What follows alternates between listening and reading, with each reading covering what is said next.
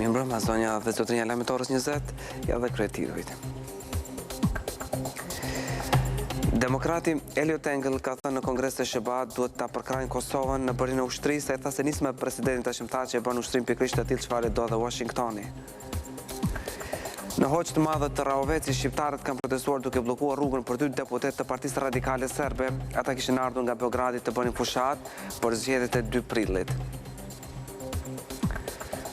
Është sulmuar mbrëm fizikisht aktivisti i vetëvendosjes Agron Kabashi.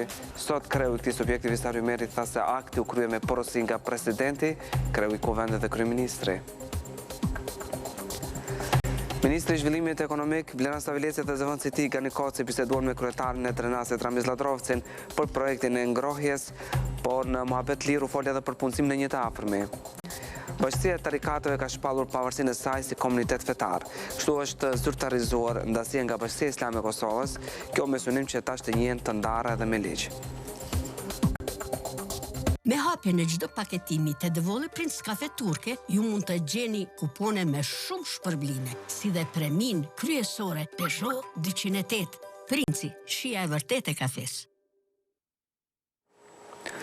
Mbështetësit e Vojislav Sheshelit kishin bërë plane për të kërkuar vota në Hoqë të Madhe të Rahovecit.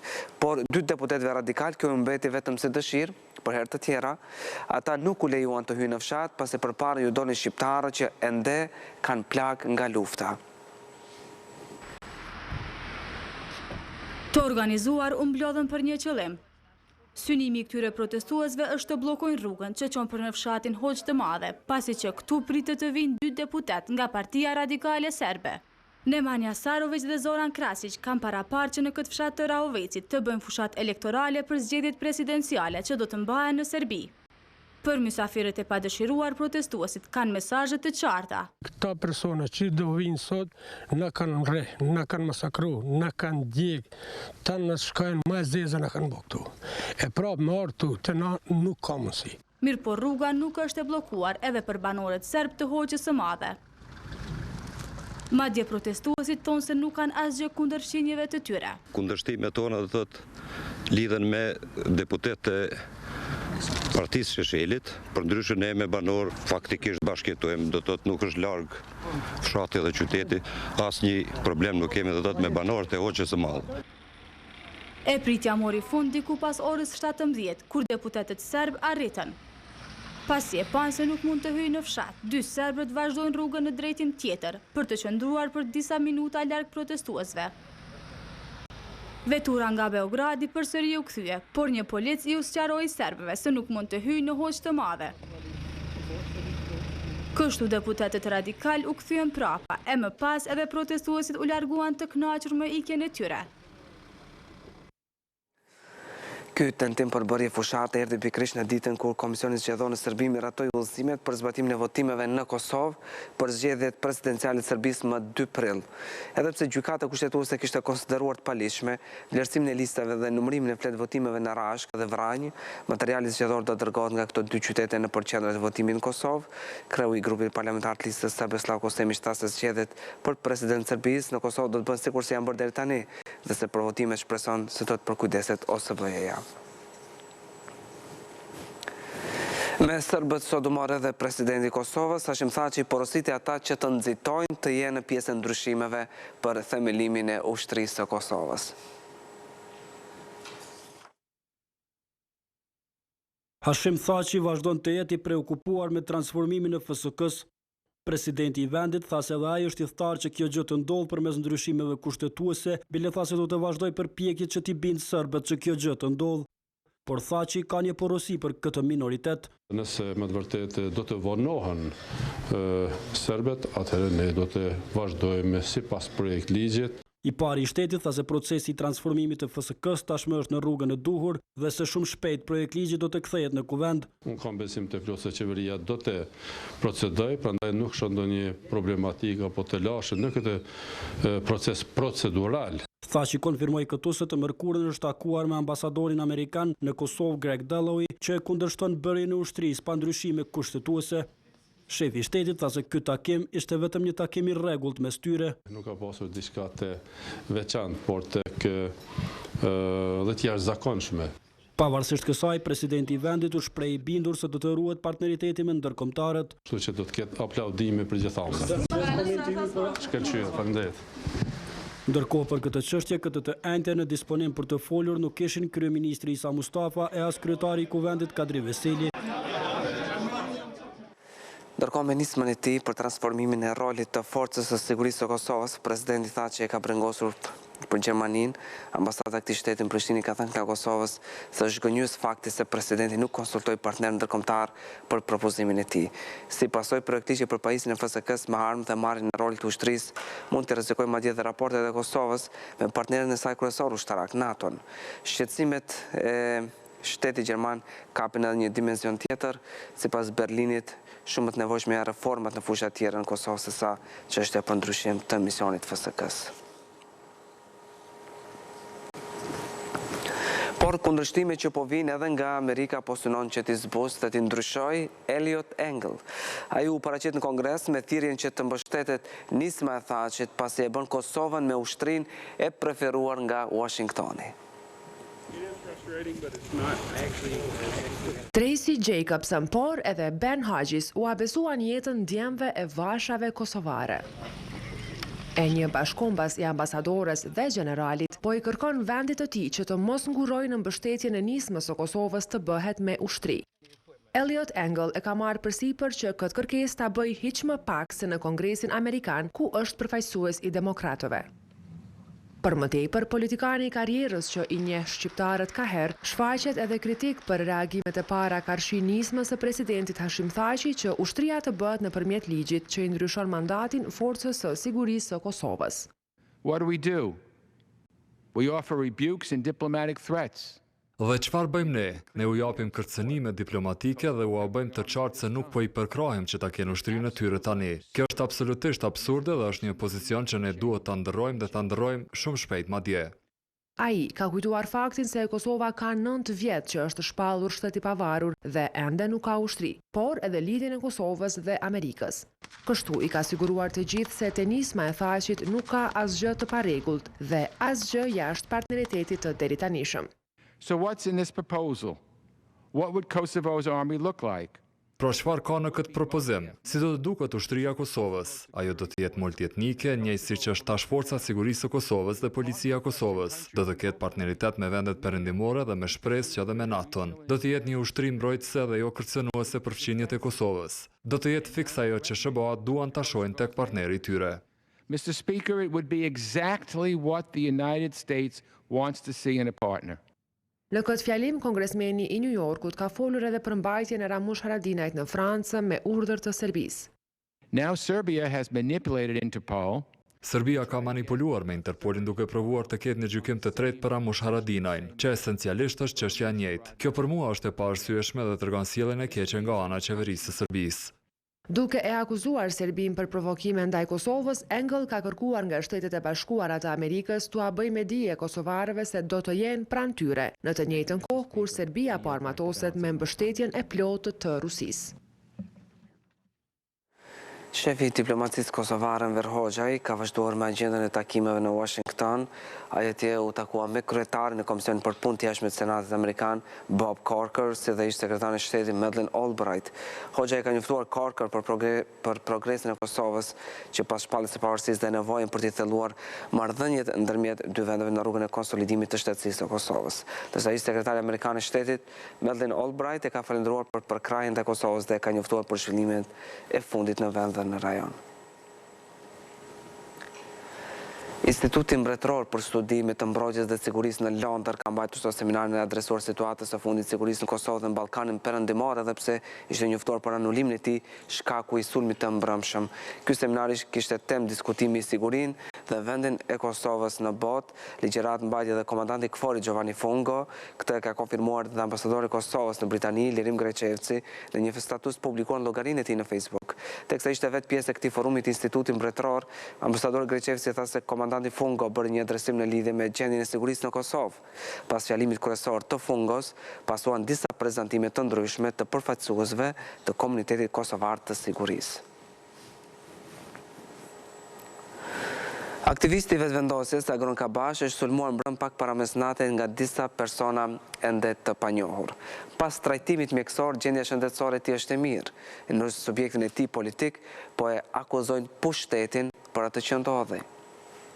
Sondazhi i fundit i cili u prezantua nga sekretari i përgjithshëm i vetëvendosjes Dardan Molliçaj na bëri që ta kem musafir. Dardan Molliçaj foli këtu në zonën e debatit për zgjerimin e vetëvendosjes. Madje i prezantoi edhe rezultatet e një sondazhi që subjektin e tij e radhit të parë në vend. Gjithë kjo ndodhi të mërkurën brëma, kur emisioni u xhirua për të publikuar një ditë më pas. Por jo gjithçka shkoi në rregull, kur Molliçaj u përcoll deri në shtëpi nga aktivisti i vetëvendosjes Agron Kabashi pas orës 23. Derisa ky hyri në banesën e tij në rrugën Mbreti Gend në Prishtinë, Kabashi në këtë vend ishte sulmuar nga persona ende të panjohur. 26 vjeçari u lirua në shtëpi pas trajtimit mjekësor.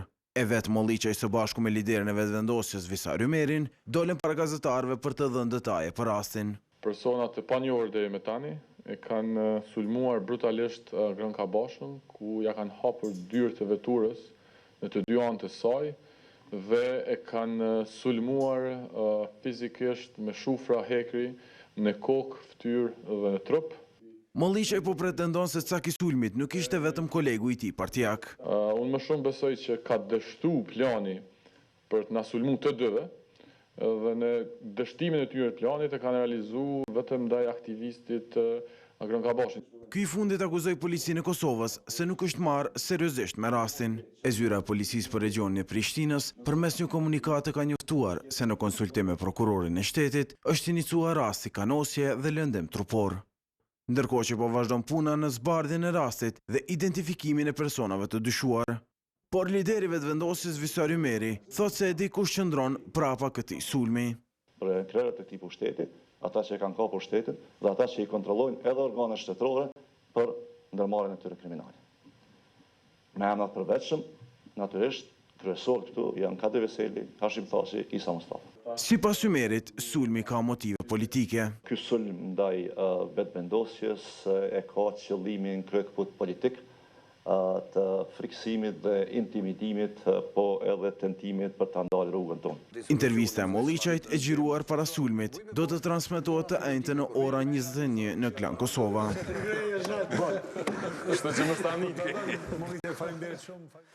28 vjet më parë në masat të dhunshme, Kosova mbeti pas statusin e saj krajinore federal. Ngjarjet e 23 marsit të vitit 1989 për Klan Kosova i tregojnë në detaje delegatja e atëhershme Melihate Tërmkolli.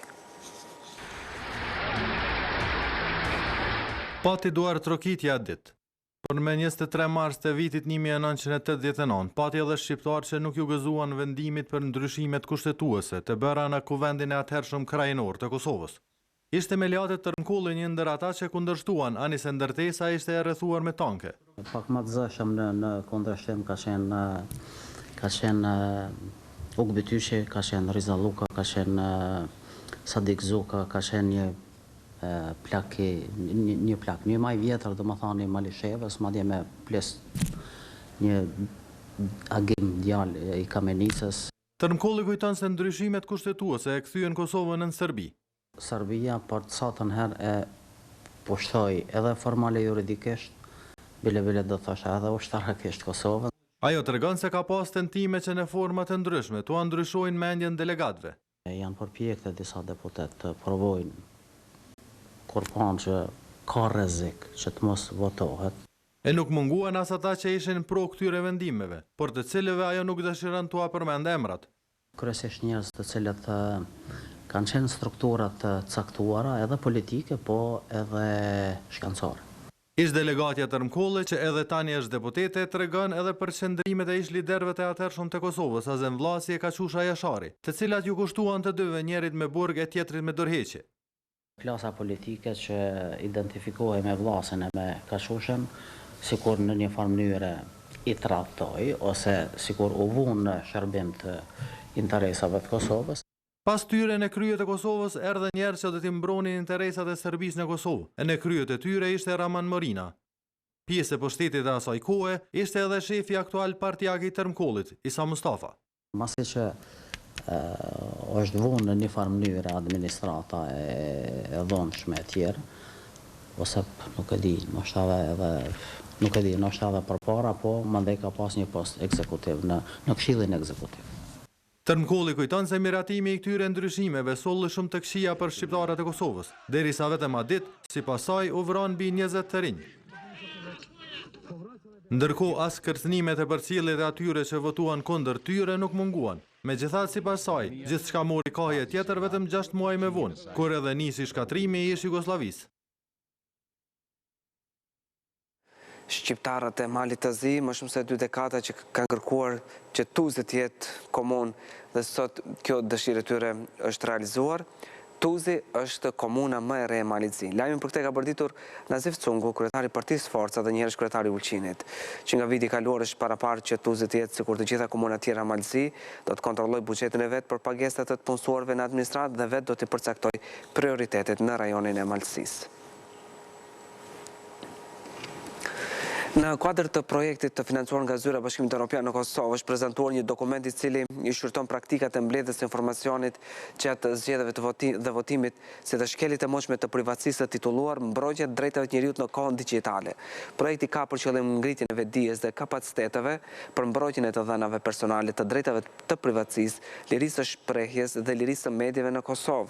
Shqetësimi i përfaqësuesit të Zyrës së BE-s Markos Sofroniu ishte mos funksionalizimi i agjencisë për mbrojtjen e dhënave personale në Kosovë. Sipas rezultateve të këtij hulumtimi, në Kosovë ekziston një mungesë e vetdijes nga aktorët zgjedhor, gjithashtu mungesa e ligjit për mbrojtjen e të dhënave personale ka bërë që parregullësitë jenë pjesë e pandashme e proceseve zgjedhore. Qytetarët e Drenasit pritet që të kenë ngrohje e cila mund të shfrytëzojë si burim ujin e Feronikelit. Studimi i fizibilitetit për këtë pritet që të fillojë në tetor të këtij viti. Lajmin u bë ditur gjatë një vizite që ministri i Zhvillimit Ekonomik Blerand Stavilesi ia bëri kësaj komune. Te hyrja e komunës me qejf i pret mysafirët që i erdhën. Ministri i Zhvillimit Ekonomik Blerand Stavilesi bashkë me zëvendësin Gani Koci erdhën të diskutojnë me Ramiz Ladrovcin për një projekt të rëndësishëm për qytetarët e Drenasit. E Ladrovci ka dhe diçka tjetër për të thënë para takimit, por tregohet i rezervuar para medjave. Kisha vol diçka, po këta të glonit tani ma përdorin se ma të borda se këto medja të ka. Por tema kryesore e këtij takimi është ndërtimi ngrohtore së kësaj komune, e cila mund të shfrytëzojë si burim energjie ujin e ngrohtë të Feronikelit. Bisedum për mundësinë e fillimit të studimit fizibilitetit për ngrohjen qendrore. Ju e dini që këtë projekte kemi biseduar edhe më herët. Ministri po thot se studimi i fizibilitetit pritet të fillojë në tetor të këtij viti. Ne si ministri, bashkërisht edhe me Ministrinë e Mjedisit dhe Planifikimit Hapësiror, komunën dhe Feroniklin, do t'i gjejmë mundësitë pra për ta financuar studimin, i cili pastaj neve do t'na jep kohjet dhe ne do t'a fusim në kuadër të kornizës investimeve në mënyrë pra që pastaj të ketë edhe financim. Por nga kjo komunë, zëvendësi Stavilecit nuk u largua pa marrë vesh nëse i pari i Drenasit i ka plotësuar një kërkesë, veç se ky fundit i përgjigjet me humor para kamerës së Klan Kosovës. Pas ku mujt drejtarisht kum dosh me ta vo.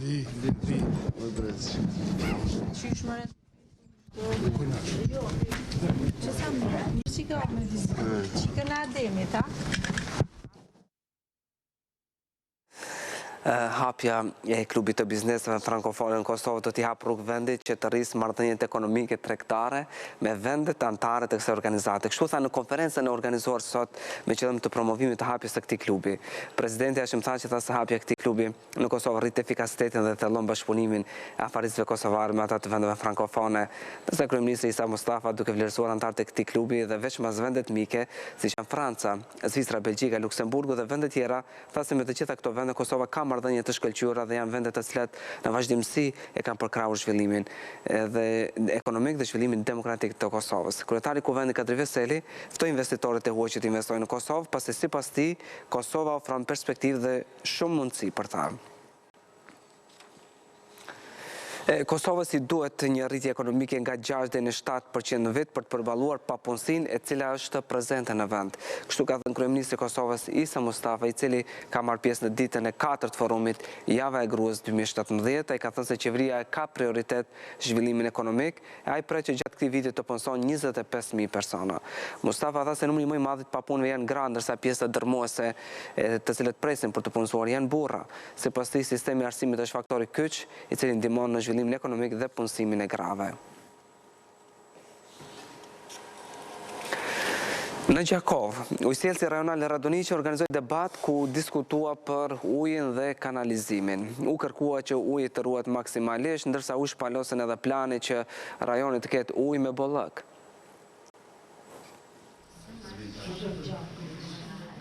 Gjithçka ju dedikua ujit. Në shkollën e mesme Mazlum Këpuska në Gjakov, të enjtë nxënësit u informuan më shumë rreth tij. Krejt kjo për shkak të ditës ndërkombëtare të ujit. E në po të njëjtën ditë, ujësielësi rajonal Radoniqi organizoi edhe debat ku diskutua për ujin dhe kanalizimin. Aty drejtoresha e bordit të ujësielësit Arbnesha Kuqi dha shumë arsye pse uji i pijes duhet të ruhet. Një faktor shumë shqetësues për ne që 1.1 miliard njerëz në botë vujnë për aksesin në ujin e pishëm dhe 40% e popullatës botërore kanë jo akses në kanalizimet. E para e Gjakovës, Mimoza Kusari Lilja, bëri me dije se komuna po punon shumë që qytetarët të kenë ujë me bollëk. Përkushtimi vazhdon të mbetet në atë që të kemi një furnizim 100% të ujit të pijes për gjithë banorët e komunës Gjakovës, po marrë parasysh relievin se ku ata jetojnë apo largësinë që e kanë nga vendet e furnizimit. Dikush tjetër erdhi nga Gjermania të këshilloi kosovarët rreth menaxhimit të ujrave e kanalizimit. We are well aware that jemi të vetëdijshëm që ujrat e zeza janë një komponent i ri në Kosovë dhe informata që kemi nuk na kanë ndihmuar shumë që të këshillojmë ujësielësin Radoniqi, por ne do të japim kontributin edhe në nivelin qendror se si duhet të trajtohen dhe adresohen këto çështje. Rajoni i Gjakovës, burim kryesor të ujit, ka liçenin e Radoniqit. Mbushja e tij nisi në vitin 1983.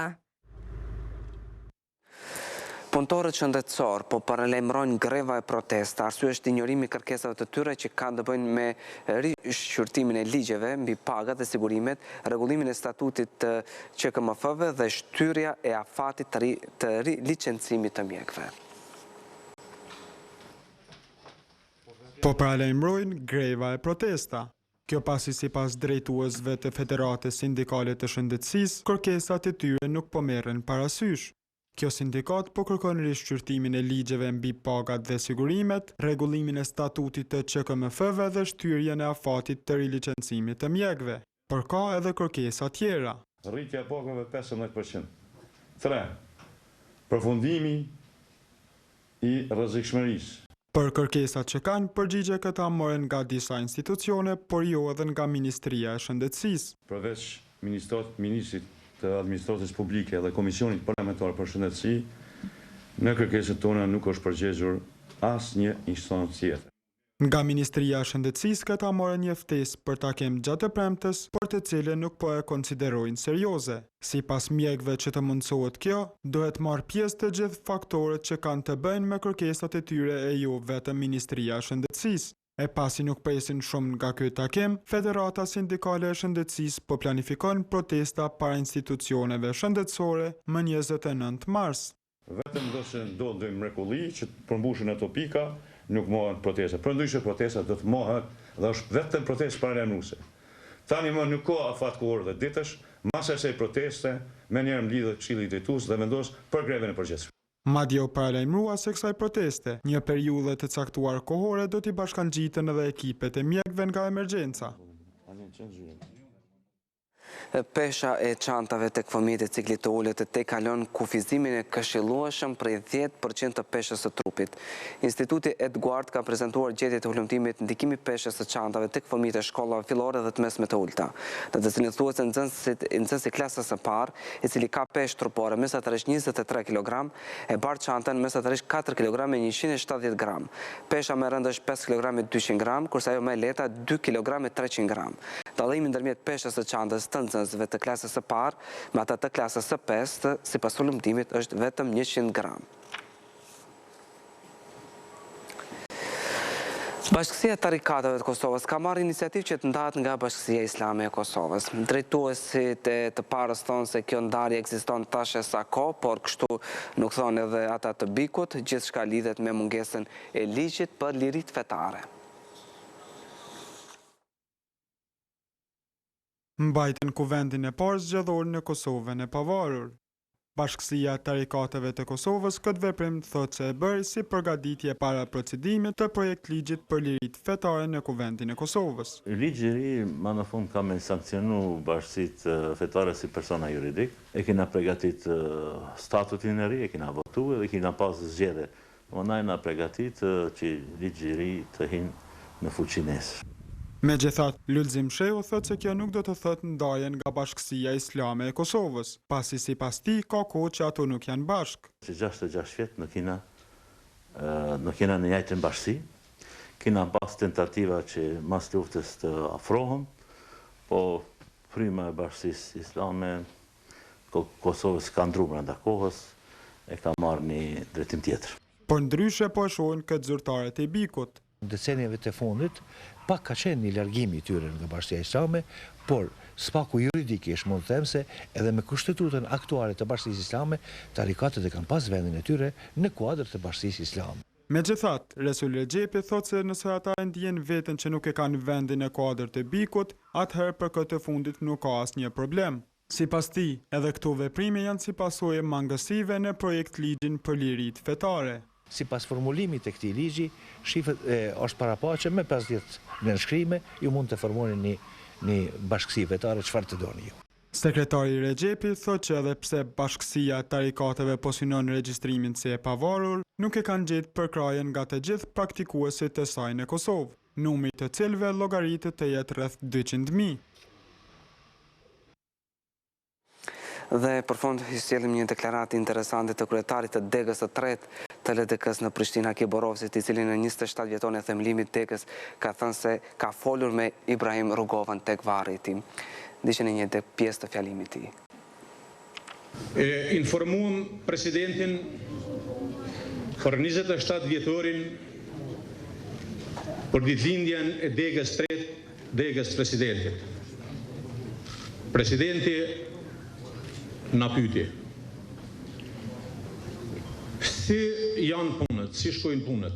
Kemi ftuar të gjithë ata intelektual që na kanë ndihmuar, presidenti u gëzoi shumë, i thamë se kemi ftuar kryeministrin, kemi ftuar kryetarin e Lidhjes Demokratike të Kosovës, Isa Mustafën, dhe ai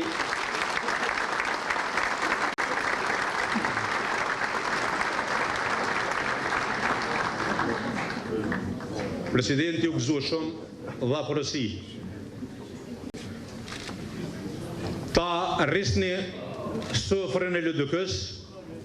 A e din që është një paketim ku përveç kafës në to ka edhe shpërblim. Prej 5 deri në 500 euro ti fiton. Atëherë princi ty të gëzon me Fiat 500. Princ Instant të inspiron. Edhe një dy nga titujt. Demokrati Elliot Engel ka thënë në Kongres se SBA duhet ta përkrajnë Kosovën në bërjen e ushtrisë. Ai tha se nisë me presidentin Hashim Thaçi e bën ushtrim pikërisht çfarë do edhe Washingtoni. Në hoq të madhe të Raovesit, shqiptarët kanë protestuar duke bllokuar rrugën për 2 deputet Partisë Radikale Serbe. Ata kishin zgjedhur nga Beogradi që të bënin fushat për zgjedhjet e 2 prillit. Pas pak ndiqni lajmet të zgjeruara nga sporti. Në orën 21 ju pret zona debatit ku sekretari vetëvendosës Dardan Molliçaj do të ballafaqohet me analistët. Për më shumë, tashmë keni portalin klankosova.tv dhe na gjeni në rrjetet sociale. Mirupafshim dhe shikim të këndshëm.